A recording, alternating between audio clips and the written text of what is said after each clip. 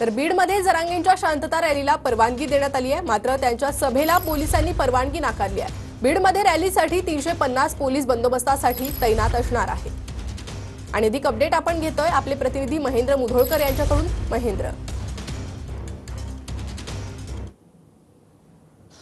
नक्कीच प्रणिता, आज जर पाहिलं गेलं तर 11 जुलै आहे आणि आज जे आहे मनोज जरांगे पाटील यांची बीडमध्ये शांतता रॅलीचं जे आहे ते आयोजन करण्यात आलेलं आहे। मी सध्या छत्रपती शिवाजी महाराज चौकात आहे आणि अक्षरशः चौक परिसर जो आहे तो भगवे पताके असतील, बॅनर असेल, यामध्ये जो आहे तो मोठ्या पद्धतीने सजवण्यात आलेला आहे आणि याच परिसरामध्ये जी सांगता रॅली आहे त्या ठिकाणी होणार आहे। मात्र दुसरीकडे जर बघितलं तर सभेची परवानगी मात्र पोलिसांनी अद्यापही दिलेली नाही।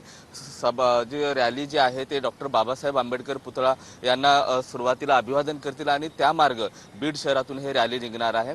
आणि रॅलीचं जर स्वरूप बघितलं तर लाखो जे मराठा बांधव आहेत त्या रॅलीला सहभागी राहणार, त्यामुळे पोलीस प्रशासन देखील तेवढं सतर्क आपल्याला पाहायला मिळते। 350हून अधिक पोलीस कर्मचारी, अधिकारी जे आहेत कुठलाही अनुचित प्रकार घडू नये यासाठी या ठिकाणी पोलीस बंदोबस्त या ठिकाणी ठेवण्यात आलेला आहे। आणि आता हळूहळू जे आहे ते गर्दी इथं जमायला लागलेली आहे। ज्या ठिकाणी मी उभा आहे त्या ठिकाणी जर पाहिलं तर या ठिकाणाहून मनोज जरांगे पाटील जे आहेत इथून जे आहे ते संवाद साधणार आहेत। हा चौक परिसर आहे, चारी बाजूला हा चौक आहे, राष्ट्रीय महामार्ग धुळे सोलापूर महामार्ग आहे आणि याच महामार्गाच्या मधोमध नक्कीच महेंद्र, आणि या रॅली संदर्भातील अधिक अपडेट तुमच्याकडनं घेत राहू। तुर्तास धन्यवाद या सविस्तर माहितीसाठी।